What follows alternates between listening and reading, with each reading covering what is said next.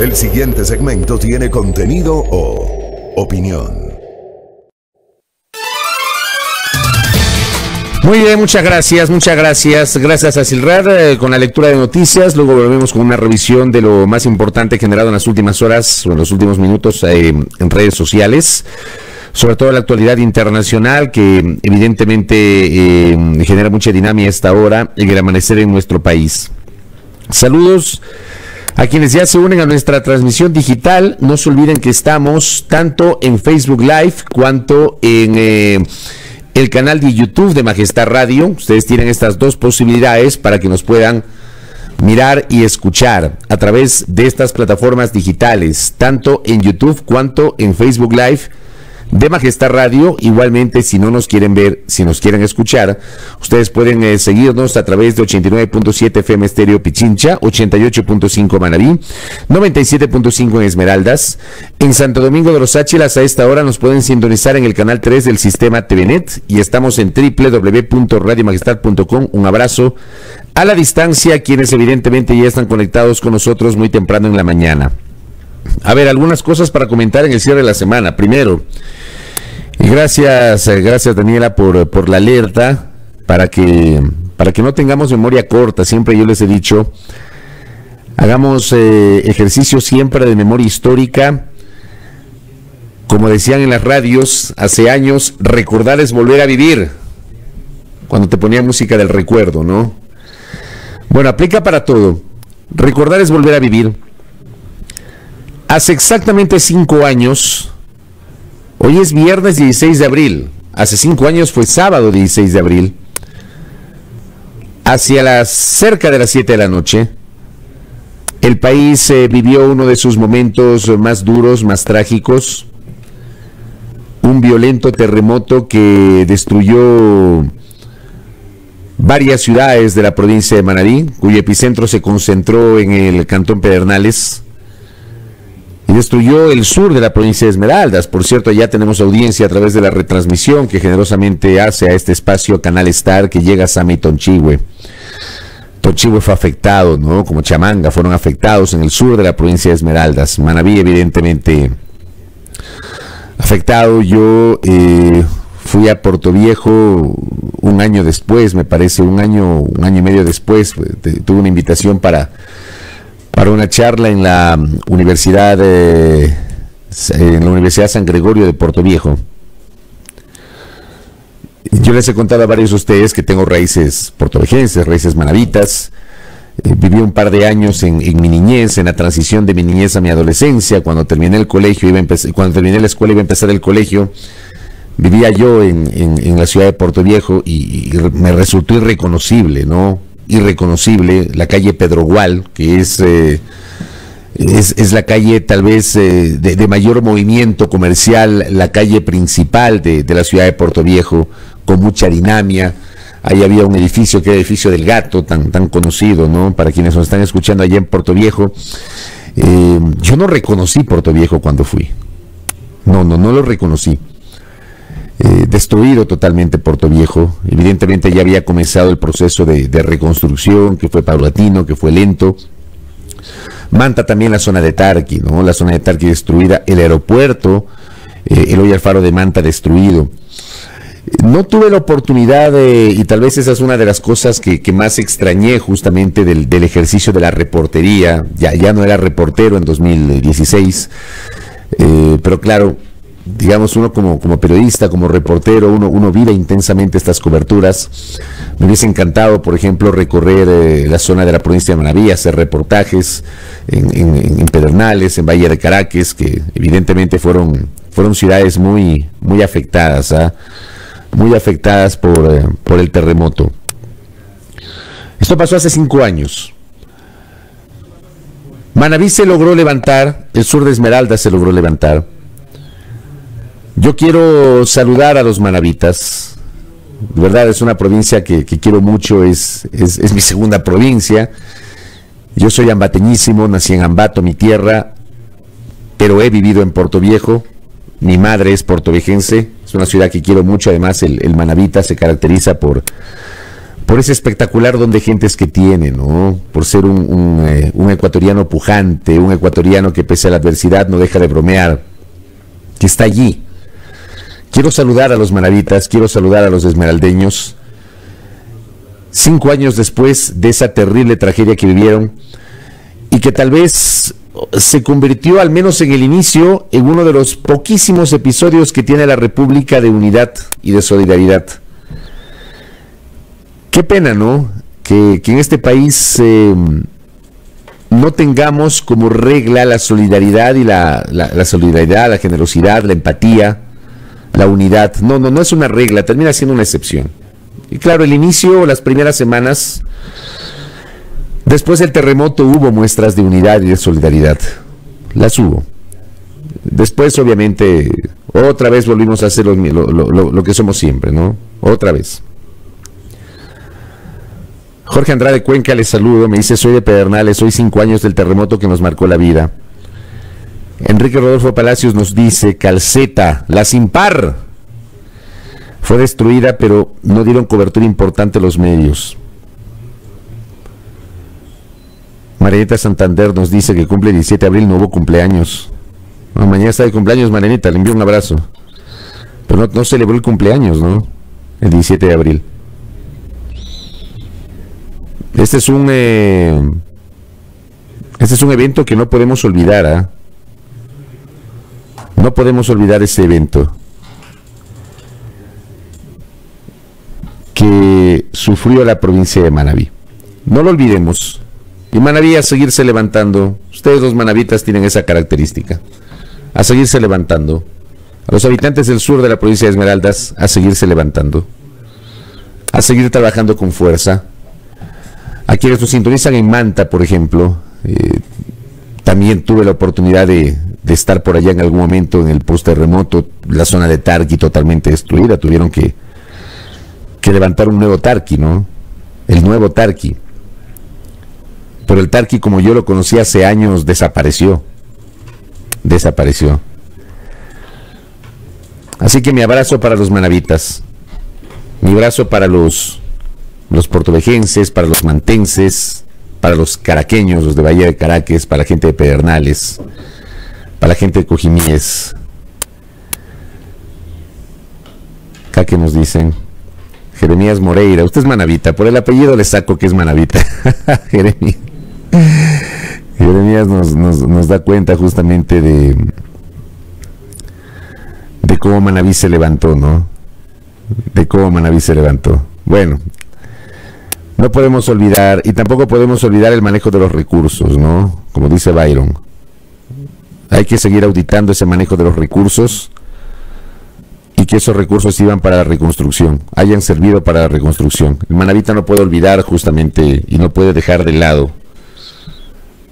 la auditoría de los recursos. Muy bien, 5 años después del terremoto es una fecha trágica que hay que recordar,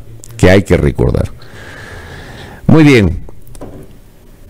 De la tragedia del 2016 pasemos a la tragedia del 2021. Tragedia que comenzó en 2020 y que sigue en 2021, un año después. Ayer pasó de agache una cifra que es realmente espeluznante. Pasó de agache. O sea, para mí esta debió ser la cifra con la que todos los noticieros abran, con la que todos los periódicos la resalten, para que se entienda la magnitud de lo que estamos viviendo. Es una cifra espeluznante. Espeluznante.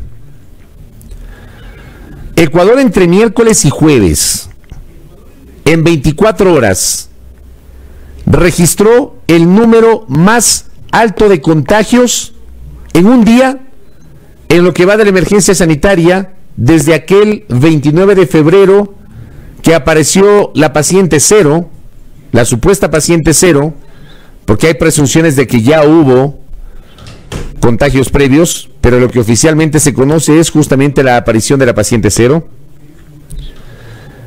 Ese sábado 29 de febrero del año 2020. Y la declaratoria del estado de excepción el lunes 16 de marzo del 2020. 4.892 contagios en 24 horas. Amable audiencia, no es un chiste. 4.892 contagios entre miércoles y jueves, y ojo, según la estadística oficial, que no es necesariamente la estadística real, y esto hemos conversado con ustedes en innumerables ocasiones. Está claro que hay un subregistro, está claro que las cifras de infografía que todos los días, a la hora que quieren, que no tienen una costumbre ni una hora exacta, a la hora que quieren, los señores del Ministerio de Salud le distribuyen a los medios de comunicación. Ya hubo un tiempo en el cual medio respetaban el horario. Presentaban a las 11 de la mañana y luego en la tarde presentaban a las 5 de la tarde otra infografía. Eran 2 al inicio. Después la redujeron a una diaria, para ver la evolución de casos. Supuestamente a las 11 de la mañana. Y después ya empezaron a entregar a la hora que quieren. Unas veces entregan a las 11, otras a las 2, otra a la 1, otra a las 2, otra no entregan. Esa infografía es, digamos, la única herramienta de la que disponemos los medios de comunicación y los analistas, los especialistas, para hacer el análisis correspondiente. Es la única herramienta. La única herramienta. Y aquí Tamara me hace una pregunta totalmente pertinente. Si esta cifra que acabo de señalar, de 4.892 contagios en 24 horas, tendrá algo que ver con las aglomeraciones de campaña y cierres de campaña de los candidatos presidenciales que ocurrió hace exactamente una semana, el jueves de la semana pasada. Ambas candidaturas finalistas no respetaron durante las últimas semanas de sus campañas, no respetaron las recomendaciones del COE nacional. Ambas candidaturas. No es que la una lo hizo más que la otra, la una lo hizo menos que la otra. No. Hay fotografías en las redes sociales de las campañas de ambas candidaturas en donde no se respetó el aislamiento y no se respetó el distanciamiento. El distanciamiento sobre todo, no aislamiento, el distanciamiento. No se respetó. No hubo distanciamiento en ambos casos. Yo sí le compro esta duda que plantea Tamara sobre si tal vez pudo haber tenido incidencia, porque ha transcurrido 7 días, tiempo suficiente para que haya gente que seguramente se contagió. Me decía ayer sobre este tema justamente el tuitero Carlos Oporto, que es el que de alguna forma, el único que nos ayuda a entender el manejo de las cifras, no con el Ministerio de Salud, que coge, publica el mapa ahí y uno tiene que estar interpretando. Y no hace no desmenuza el contenido del mapa y de la infografía que nos pasa. Yo le preguntaba ayer a Carlos, quedándome obviamente sorprendido porque me pareció que la cifra es espeluznante. Estos 4.892 contagios más en solo 24 horas, sí es la cifra más alta desde que inició la pandemia. Carlos me explicaba ayer, desde que hay pruebas PCR, sí. A inicios de la pandemia casi no se hacían pruebas, por lo que no hubo el registro de la ola exponencial de la costa. Miren ustedes, de cómo el manejo de esta emergencia fue desastroso desde el inicio. Al inicio no teníamos la posibilidad de establecer pruebas diagnósticas para el COVID-19, y me refiero a las pruebas PCR, porque las pruebas rápidas no sirven, eso no sirve. Esas pruebas que al principio nos hacíamos, que eran como las pruebas de embarazo, no sirven, eso no sirve, eso le da falsos negativos. La prueba PEPA es la PCR, esa es la prueba PEPA. Entonces Carlos nos dice que con la prueba PCR sí es la cifra más alta, pero claro, no se puede hacer una comparación con la primera ola de contagios en la costa. Decía 4.892. Hay una estadística que igualmente Carlos la publicó en su cuenta Twitter a propósito de la consulta que yo le hacía, la respuesta que él me hace, que corresponde, quiero ver la fecha exacta, que corresponde al 2 de mayo del 2020. 2 de mayo del 2020, más o menos. 4.545 contagios. 4.545 contagios al 2 de mayo del 2020. Ojo, estábamos viviendo el pico más alto de la pandemia. Marzo, abril, que fue la crisis terrible sanitaria en Guayaquil con los cadáveres, que el presidente de la República le echó la culpa a la gente. Y llegamos a esta fecha, que es 2 de mayo, con 4.545. Tenemos otro pico alto de 3.942, que corresponde, me parece que al 16 o 23 de enero de este año. Ahí volvimos a tener.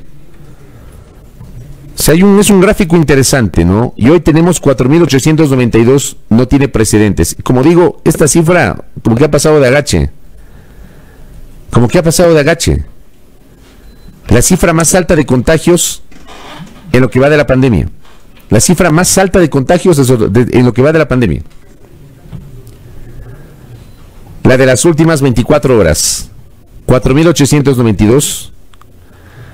89 fallecidos registrados oficialmente en la estadística del Ministerio de Salud entre miércoles y jueves. A ver si nos agarramos y entendemos. Amigos de Pichincha, amigos de Quito, 1.869 contagios más en Pichincha entre miércoles y jueves. 1.869 contagios más. En Guaya 662, en Manabí 280, en Loja 268, en Azuay 202, estoy hablando de más. ¿Ya? En Loja, que está en emergencia, en 24 horas 268 contagios más. En Azuay 202, en Imbabura 173, en El Oro 156 más. En Los Ríos 143, en Santo Domingo, atención Santo Domingo, 142 casos más entre miércoles y jueves. En Morola, Santiago 123, en Cotopaxi 111, en Esmeralda 100, en Tungurahua 87, en Chimborazo 85, en Cañar 76 casos más. Más. Llegamos a 1.215.898 pruebas diagnósticas de PCR para la detección del coronavirus en una población de 17 millones de habitantes. Aquí en un año no se entendió que había que masificar las pruebas diagnósticas. No se entendió eso. No se entendió. Había que masificar las pruebas diagnósticas. Había que hacerlo. En el Ecuador no se entendió eso. Las autoridades no comprendieron eso. Termina siendo una cifra absolutamente pequeña frente al tamaño de la población, porque digo, si estamos hablando de 1.215.898 pruebas PCR, no creo que correspondan a 1.215.898 personas. No creo. No creo que correspondan a eso. Porque hay gente que se ha hecho más de una vez pruebas, pues. Yo me he hecho 4 o 5 PCRs, por ejemplo. Yo. Sí, 5 PCRs me he hecho. Me he hecho 5 PCRs, me he hecho 3 cuantitativas, una rápida, una de antígenos. ¿Cuántas personas han hecho varias pruebas PCR a lo largo del último año? De todo el año de la emergencia sanitaria. Entonces esta cifra no necesariamente corresponde a que 1.215.898 ecuatorianos hicieron las pruebas. Es una cifra totalmente tangencial. Totalmente tangencial.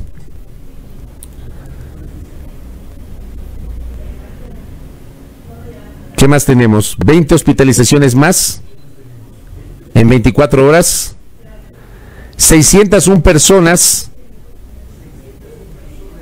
ocupando camas de COVID. Ya vamos a hablar de eso y gracias al dato a Carlos Páez que me lo pasó. Miren ustedes este dato, por el amor de Dios, entendamos lo que está pasando. No es un chiste. Hay gente que cree todavía que el coronavirus es un invento.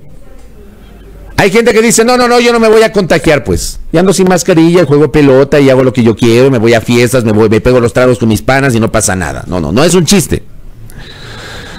En la costa aumentó el número de casos de un día para otro, de miércoles a jueves, en 722. 722 casos diarios en la costa, aumento. En la sierra, 950 casos diarios en aumento. En el Oriente, 100 casos. Exceso de fallecidos aumentó 181 diarios.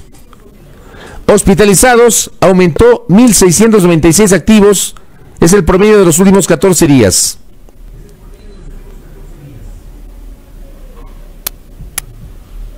Que son las cifras que nos proporciona justamente Carlos Oporto, quien me parece que voy a tener una entrevista con él el día lunes para ir desmenuzando estas cifras. El aumento de fallecidos reportados por el Ministerio de Salud Pública, 22 más en 24 horas en Manabí, 19 en Pichincha, 2 en Imbabura, 2 en Loja, 9 en Santo Domingo, 5 en El Oro, 2 en Guayas, 2 en Morona Santiago, 2 en Zamora Chinchipe, 1 en Azuay, 1 en Esmeraldas, 1 en Los Ríos, 1 en Sucumbíos.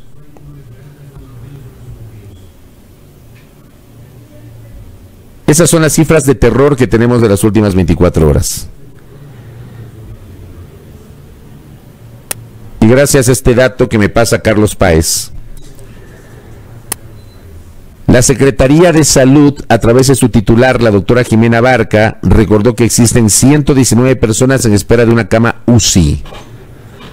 Ayer también el colega Juan Pablo Ruiz nos había pasado ese dato de cuántas personas están en espera. Centenar. 119 personas. El número más alto en lo que va de la pandemia, y recalcó que esas personas tienen altas probabilidades de fallecer al no disponer de atención que su delicada situación requiere. Yo ayer les relaté con todo el dolor y con toda la pena lo que le pasó al querido Jorge Suárez Moreno, locutor de radio. Jorge termina falleciendo porque no logró encontrar una cama de UCI. Esto lo conversamos el día de ayer. No lo logró. Y cuando se trató de conseguir en hospitales privados, que esto también quiero contarles, estoy sorprendido de que haya gente que justifique, porque aquí hay gente que por dar la contraria, le parece normal y justo que un hospital privado pida $40,000 de garantía a la familia de un paciente que se está debatiendo entre la vida y la muerte para poderlo atender.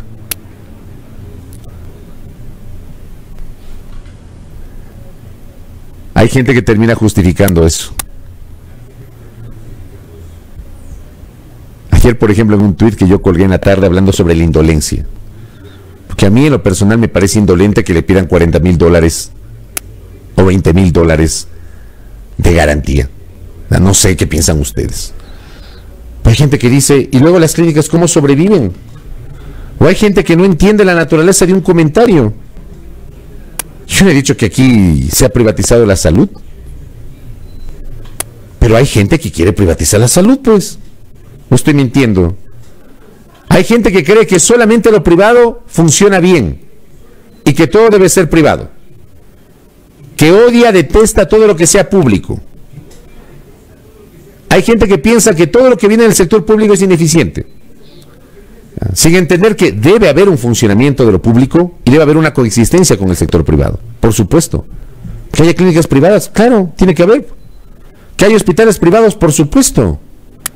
Pero el punto que yo planteé ayer es que en medio de la emergencia sanitaria, lo lógico era que el Estado central, representado en el presidente de la República, que no demostró liderazgo a lo largo de su gobierno, pero sobre todo en el contexto de la pandemia, cuando el país más lo necesitaba, genere una alianza con el sector privado para poder atender a la gente que se está muriendo. Porque no es que se tiene en el bolsillo $40,000 o $20,000 para poder pagar una garantía, ni haciendo una colecta. Ni haciendo una colecta se logra reunir esa cantidad de plata. Hay gente que no entiende, hay gente que justifica. Aquí nadie ha dicho que las clínicas no cobren. Nadie ha dicho que los hospitales privados no cobren. Yo lo que creo es que una cosa es que cobren y otra cosa es que pidan una garantía de $40,000 o que cobren $3,200 o $3,500 diarios por una atención en una unidad de cuidados intensivos. Es lo que he planteado. Lamentablemente a veces hay gente que por el odio, ya porque detestan lo público, dice cualquier cosa. Esa es la situación que estamos viviendo hoy a nivel sanitario. Frente a eso, querida audiencia, aquí hay algunas cosas que hay que comentar. Primero, empecemos por nosotros. De verdad, empecemos por nosotros. Perdón que hable en primera persona. Créanme, yo me he roto la cabeza y no sé en qué momento me contagié. Yo les relaté mi caso. Yo el domingo 7 de marzo, en la tarde, después de la cicleada de la mañana, que ciclé sin ningún problema, empecé a sentir los síntomas. El miércoles 10 de marzo me hice la prueba PCR y di positivo para COVID y me aislé. Yo no tengo idea dónde me contagié ni cómo me contagié. Porque siempre ando con mascarilla, siempre ando en el bolsillo. Vean ustedes aquí en mi bolsillo. Siempre ando con esto. Siempre con este frasquito. Metido en el bolsillo. Ando con la mascarilla. Trato de respetar el distanciamiento. Cuando estoy en un centro comercial es fastidioso que a veces uno está en una escalera eléctrica y la gente se le pega. O sea, uno ya no quiere que se le peguen. O es fastidioso cuando uno va al supermercado y pese a que hay unas flechas enormes que le dicen por dónde tiene que transitar, la gente le vale un pepino. Y hay gente que coge el cochecito y camina por donde quiere. Toca llamar la atención, pues. Así se pongan bravos, toca decirles. Pero yo no sé dónde me contagié. No lo sé, no tengo idea. No tengo idea. Tratando de pensar qué pasó. Yo me pongo a pensar justamente que uno se puede contagiar en cualquier lado. En el mínimo descuido, es obvio que tengo que haberme descuidado. Y me contagié. Felizmente me tocó una cepa no tan agresiva, que no contagié a nadie de mi entorno. Y que no tuve problemas de oxigenación en los 15 días, más de 2 semanas que estuve aislado. Que yo me siento bendecido por eso. Que no es el caso de otras personas. ¿Por qué les traigo a colación esto? Porque tenemos que cuidarnos y tenemos que extremar las medidas de bioseguridad y bioprotección. No podemos relajarnos. Perdón, puede parecer cliché, repetitivo, todo lo que ustedes quieran, pero es así. Yo les acabo de enseñar las cifras. Si hemos llegado a la cifra de contagios más altos, a la cifra más alta de contagios, en lo que va de la pandemia, en un día, por Dios, recapitulemos el no te relajes. Que puede ser canción, repetitivo, frase, cliché, todo lo que ustedes quieran. No te relajes. Si yo les estoy citando que yo no me relajé, yo no sé en qué momento me contagié, pero está claro que hubo un descuido para que me haya contagiado. Imagínense ustedes a gente que, pese a eso, está jugando fútbol en la Cardenal de la Torre en el sur. Y yo los he visto. Yo he visto gente jugando fútbol en la Cardenal de la Torre. Gente ahí patinando, gente jugando básquet y fútbol al lado de la Tribuna del Sur. Yo los he visto. Los domingos que he estado en el ciclopaseo, yo he visto a gente jugando fútbol ahí y básquet. Gente patinando y todo lo demás sin distanciamiento. Entonces, está claro que hay una crítica, ¿no?, a la actitud que tenemos muchas veces los ciudadanos. Estamos demasiado relajados. Si hablamos de que la intendenta de policía organiza operativos para encontrar a 200 gentes metidas en una vivienda de San Roque, pegándose los tragos sin ningún tipo de distanciamiento, está claro que hay gente que cree que esto es un chiste. Termina siendo un chiste. Y no entienden que en este momento no hay camas en las unidades de cuidados intensivos. No hay. Así que empecemos por nosotros. Empecemos por nosotros. Mira lo que dice Cris de Moreno. Por Dios, ya hay gente que pasa su farra en transmisión en vivo en Facebook o en Instagram. Pero pasan la farra ahí bailando. ¿Cómo nos enteramos del festejo ahí de la graduación de un colegio de Guayaquil en un hotel de lujo de Guayaquil? Pues, porque estaban grabando y bailando. ¿Se acuerdan? O sea, ni siquiera cuidan las formas, ¿no? Están farreando y ni siquiera cuidan las formas. Primerito nosotros. Primerito nosotros.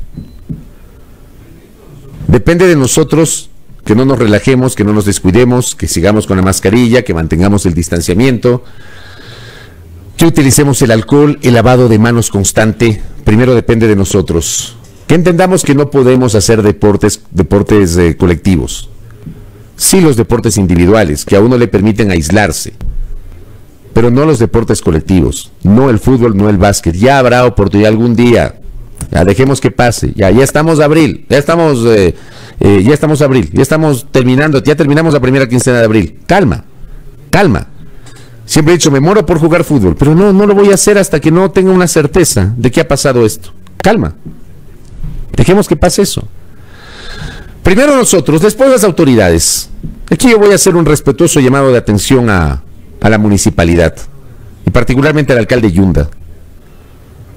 La sesión del consejo del pasado martes en el mercado de Chiriyacu, ¿dónde estaban las medidas de bioprotección y de bioseguridad, señor alcalde?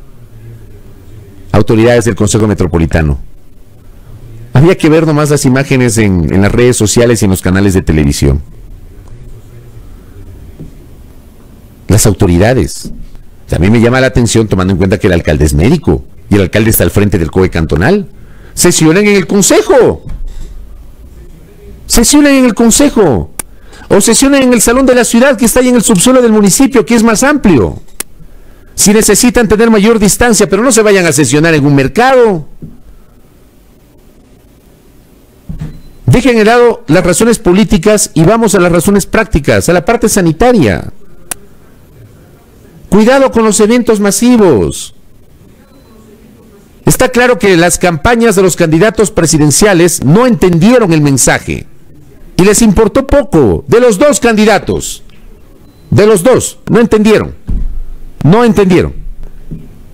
no comprendieron el mensaje.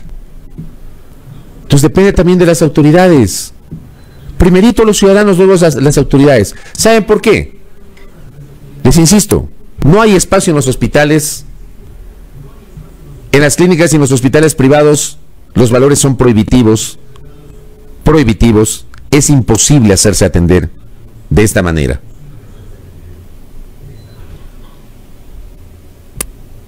Habemos personas, me incluyo,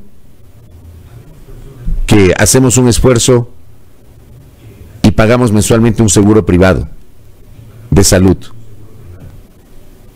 Todo el mundo tiene esa posibilidad. Créame, yo hago un esfuerzo tremendo, como seguramente muchos de ustedes, de pagar un seguro privado. Y la gente que no tiene, que es la mayoría de ciudadanos no son ni afiliados al Seguro Social ni tienen un seguro privado. Vamos.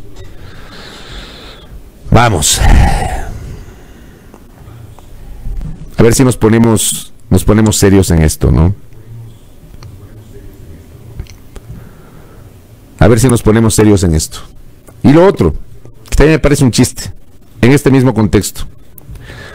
La última resolución del COE Nacional, quiero recordarles, permítanme abrir un paréntesis, pero está dentro del contexto. Desde esta noche, y no es toque de queda, que les explicaba hace minutos, no es toque de queda. Para que decreten el toque de queda tiene que haber un estado de excepción. El gobierno no sabe cómo decretar un estado de excepción, porque me parece que el equipo jurídico de la presidencia ni siquiera lee las sentencias de la Corte Constitucional. Como yo dije la semana pasada, hace 2 semanas, parece que no hay un abogado que entienda o que interprete las sentencias de la Corte Constitucional para que sepan cómo deben generar un decreto ejecutivo que establezca el estado de excepción. El presidente puede hacerlo, sí, no ha perdido esa capacidad. Y lo que hacen es convocar la próxima semana a los jueces de la Corte para explicarles, por Dios, autorícennos el estado de excepción. O sea, háganlo bien. Entonces no hay estado de excepción y por ende no es toque de queda. Pero lo que aplica desde esta noche es una restricción a la circulación de vehículos particulares desde las 20 horas, 8 de la noche, 20 horas, hasta las 5 de la mañana. Durante los viernes, sábados y domingos a nivel nacional a partir de hoy hasta el 2 de mayo. Viernes, sábados y domingos a nivel nacional. Restricción a la circulación desde las 8 de la noche, con las excepciones del caso. Ojo con eso, Eso aplica en las 11 provincias en donde se está enfrentando esta situación tan compleja. Azuay, El Oro, Esmeraldas, Guayas, Loja, Manabí, Pichincha, Santo Domingo de los Áchilas, Los Ríos, Zamora, Chinchipe y Santa Elena. Desde las 20 horas, hoy viernes, mañana sábado y el domingo, Restricción a la circulación desde las 8 de la noche. Me imagino que en el caso de Quito el lunes volveremos a la restricción desde las 10 de la noche como está vigente. Y en el caso de Quito les recuerdo, les informo que se mantiene la vigencia del plan Hoy No Circula. Eso no ha variado y no va a variar. Pues les decía, pues, el punto 8 de la resolución del COE, pues que es de llorar. Perdónenme, es de llorar. Disponer al Ministerio de Salud Pública revise y regule los techos de los precios de las pruebas diagnósticas para COVID-19 en laboratorios privados a nivel nacional. Recién se dan cuenta que hay que revisar y que hay que publicar y que hay que establecer techos para las pruebas diagnósticas de laboratorio. Recién. Por cierto, esta resolución se emitió hace 2 días. Yo sí quisiera saber, y lo hago públicamente, planteo públicamente esta inquietud. Quisiera que me cuenten si el Ministerio de Salud o alguna autoridad ya está revisando y regulando los precios de las pruebas diagnósticas de coronavirus en los laboratorios privados, donde uno encuentra precios entre 69 y 120 dólares dependiendo del laboratorio. Precios que no alcanzan para el bolsillo del pueblo ecuatoriano. Usted no es que tiene 69, 70 dólares en el bolsillo, porque además usted solo no se hace, pues. Si usted tiene la presunción de que podría tener coronavirus, se hace usted y le hace a su familia. Si vale 70 dólares y son 5 integrantes de la familia, son 350 dólares. Hay laboratorios en los que cuesta 80, 88 dólares. Precios prohibitivos. Recién un año después se les ocurre hacer la regulación. Es decir, hay que disponer la regulación. Ya la hicieron. Ya hicieron alguna regulación. Ya están hablando con los laboratorios. Porque en este país, los supermercados, las farmacias y los laboratorios no perdieron durante la pandemia. Son los sectores que no perdieron durante la pandemia. ¿Ya están regulando o no están regulando? ¿O se va a quedar allí como letra muerta nomás? Pregunto. ¿Se va a quedar allí? Que alguien lo cuente. Que alguien termine contándolo. Gracias, Jimenita. La Católica nos dice, tiene pruebas PCR a 45 dólares. Es verdad, la UDLA también tiene pruebas PCR a 40 dólares, me parece, porque sacar un turno y todo lo demás. Un poco complejo el tema. Y con eso financian a quienes no pueden pagar la totalidad. Me dice justamente Jimena que me está escribiendo. Justamente acá Carmita me dice, obviamente, lo que hemos comentado desde ayer, el costo de los servicios hospitalarios privados. Y ahí la persona que me escribe sabe de los temas de salud. Una UCI en una clínica te cuesta de 3,000 a 3,500 dólares diarios. No hay plata. Ya. El mensaje final, antes de dar paso a Silrat, cuidémonos, no nos relajemos, no queda otra. Porque si nosotros confiamos en que los 38 días que le quedan al gobierno, las cosas van a cambiar, estamos fritos. Y ya no me quedó tiempo para hablar del tema del plan de vacunación. Ojalá que me acuerde el lunes, digo el fin de semana, ojalá que no pase nada para que no me olvide del tema. Siguen los problemas con los adultos mayores en Quito. Ayer unas filas tremendas en el central técnico, unas filas tremendas aquí en la esquina en el colegio Benalcázar. El Ministerio de Salud sacó un desmintiendo, valga la redundancia, a tuiteros que incluso publicaban fotografías diciendo, no, si funciona bien. Falso. Ayer yo conozco el caso de una adulta mayor que tenía turno a las 12 horas en el colegio central técnico y le vacunaron a las 9 de la noche. Ya. Ahí tienen ustedes el ejemplo. De eso vamos a hablar, ojalá que el día lunes. Gracias por la sintonía, gracias por los mensajes, gracias.